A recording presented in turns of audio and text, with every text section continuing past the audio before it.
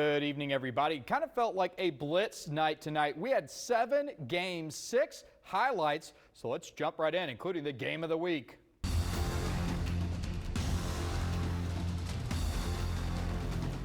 It's actually the game of the week, part 1. Flower Bluff and PSJA North, both teams 8-0 here. PSJA North's Isaiah Garza hauling it in.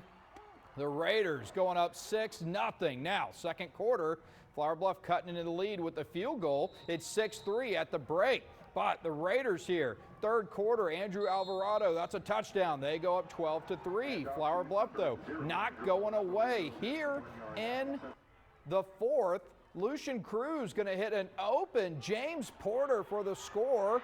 It's 12-10 North. Now, this was a big play. The Hornets go for it on 4th and 2 from inside their own 20 and don't get it. That was with about 4.5 minutes to go. The North puts an exclamation point on this. Darren Garcia, and they win 19-10. The Raiders are your district champs. Bluff falls to 8-1. They will play Vets next week for second place. Speaking of which, Veterans Memorial and Weslaco East squaring off at Buck. Now, both of these teams would be in the playoffs if they started today. Here, first drive for the Eagles, 3rd and 1 from the 35. Zaire Lofton, he doesn't care. He's going to break through the line and he gone for the score. Made it 7-0 Vets early. Later in the quarter, 2nd and goal for Andrew Charlebois and Charlie Boy, as they call him, going to punch it in for the score. Right in that line, made it 14-0. Now we jump ahead to the second, same quarter, 4th and 1. Weslaco East going for it inside Vets territory. That defense with the stuff. They get the turnover on downs, and they take advantage here later in the drive. Charlebois, his second TD of the first half. Vets goes up. They go on to win. Final 49-6. So big one with the Hornets next week.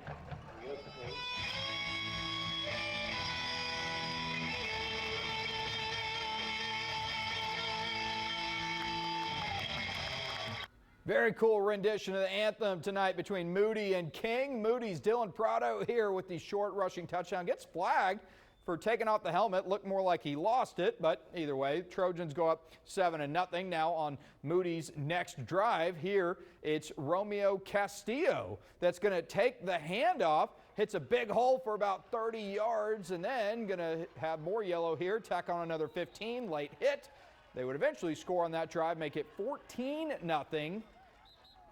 Now, Moody trying to add on yet again.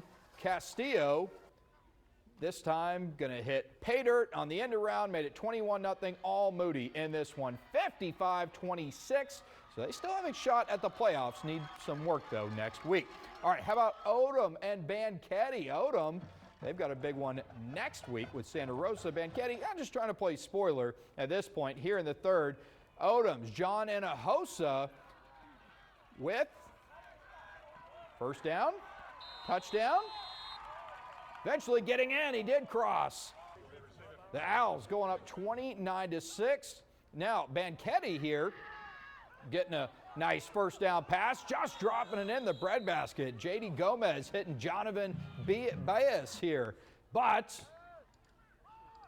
Bulldogs going deep for the end zone, and that's not going to work. Picked off by Odem's Nico Garcia. The Owls defense then here leading to a touchdown. R.J. Salinas connecting with Hinojosa. All Odem 43-6. They got a big one with Santa Rosa again next week. Second place in that district. How about some 2A action? Ben Bolt Palito Blanco hosting or traveling to Agua Dulce tonight. Those two fairly close by. Now first play.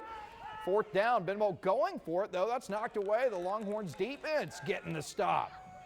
Then later in the first, it's Agua Dulce's Aiden Martinez. He's going to cut right through that Ben Bolt defense like a hot knife through butter. He gone for the score. Early play of the week nominee.